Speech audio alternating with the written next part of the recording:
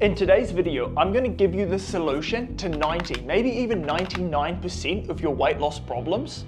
And the answer is not actually what you think. Because the thing that separates the people who are constantly struggling with their diets and having to start over to the ones that lose the weight and keep it off forever isn't motivation or discipline like you've been led to believe. It's control of the dopamine system. And by simply understanding how the system in our brain works, you can stack the deck in your favor to not only make getting in shape far easier, but far more enjoyable. I guarantee after this video, you'll look at losing weight from an entirely new vantage point. So here's the game plan. This video is going to be broken into two main parts. Firstly, understanding dopamine and how it affects your weight loss. And secondly, tools and tactics you can use to cheat the game in your favor. So let's start with part one. What is dopamine? Most people will tell you that it's just about feeling good, a short burst of pleasure. And for the longest time, I thought that as well. But after hours of research, listening to podcasts, watching videos, reading articles, I found it was far more complex than that. So here's my simplest explanation of it. Dopamine is what's called a neuromodulator,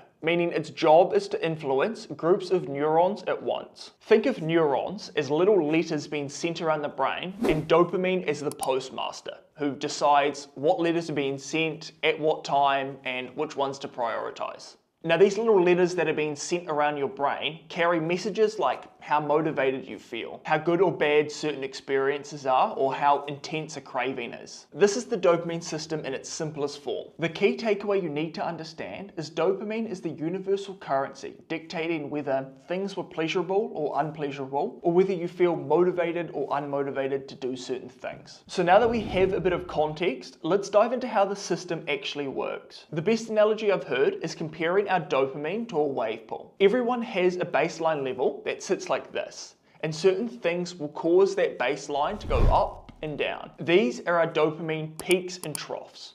Here's how the system works. Let's say you get a craving for something, you're really hungry, and you think to yourself, man, I could really do with a nice ham and cheese sandwich. Just having that thought of the sandwich is going to cause a spike in your dopamine. And if you're aware of this concept, you'll actually be able to feel these peaks in real time. So what will happen is your dopamine will come up, and just like a wave, it'll also cause this dip to form. This low point is exactly where motivation comes from. You decided you wanted to have a sandwich.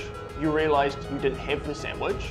That caused you to start craving that sandwich. And if you knew the steps to go out and achieve getting that sandwich, then each little step is going to give you a small burst of dopamine. Now this is where things go wrong, because usually the food isn't meant to be that exciting. The idea is that dopamine drives you to get the food, but because you already had a big spike right when you decided to go out and pursue that goal, the act of actually achieving the goal or eating the sandwich isn't going to feel as good. This prevents your dopamine levels to spike too hard and helps you stay closer to baseline. But because of this delicious food that's been scientifically modified to spike our dopamines to crazy levels, we're going to also have a crazy dip. And that's going to leave us feeling anxious, guilty, depressed, and craving more junk food to try and bring those dopamine levels back up. The big thing I want you to understand here is these massive peaks and troughs of our dopamine levels are going to make it hard for us to feel satisfied doing just everyday activities. Now that you've got a good understanding of how the dopamine system works, I want to touch back on what causes peaks, because it's not just junk food, it's anything that stimulates you. So let's break that into two categories. Stimulation and hyperstimulation. Hyperstimulation is things like junk food, porn, social media, all of that stuff that you probably already know. Stimulation is your more natural form of dopamine spikes. That's like your physical exercise, achieving a goal, eating foods, things of that nature. The big problem, and honestly the answer to all of your weight loss problems, is this. The ease of overstimulation has made natural things like physical exercise or eating normal food just seem boring and insignificant. And if you've spent an extended period of time or you continue to overstimulate your brain, then doing things like getting in shape and eating cleaner foods are just never going to feel enjoyable or even doable. So how do you know if your dopamine levels are messed up? Well, there's two big tests I like to look at. Firstly, can you go for a walk for 30 minutes without a phone, without any music, and not have it feel uncomfortable? Or can you get into your bed without your phone and try and go to sleep? If one or even both of those sound quite difficult, the good news is you can fix it with deliberate action. So on that note, let's move to part two, how you can take back control. What we want to avoid is this happening. Too many big waves means over time we start to lose water from the pool. Or in this case, our baseline dopamine drops, causing us to live in a constant state of low mood and low motivation. So there's only two ways we can improve our dopamine and our brain's ability to use dopamine effectively. We can take action to improve our base level of dopamine, or we can take action to reduce the amount of large dopamine spikes we have. In the first category, the way you can improve your baseline dopamine is what you expect: getting good sleep, getting outside, doing some physical activity. And that doesn't mean workouts or intense gym sessions. It just means move the body, go outside for a walk, get some fresh air. Studies also show eating a good amount of L-tyrosine can help boost our base levels of dopamine.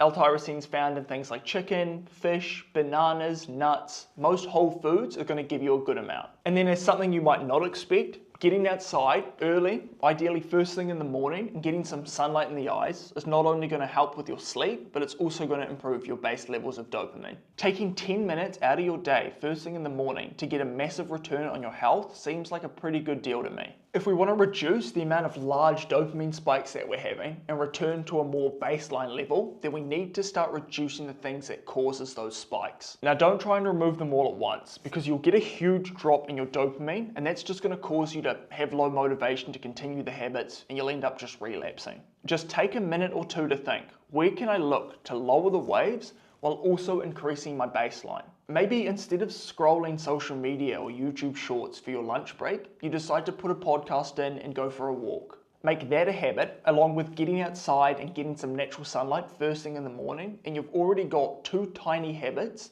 that are reducing the amount of large spikes you get and increasing your base level of dopamine. If you've watched this far into the video, then there's a good chance you found some value. And I've got another video right here where I go through some of the healthiest, easiest to implement habits that are going to give you the most returns. I think you'll find some benefits there. Thanks for watching. We'll talk soon. Cheers, gents.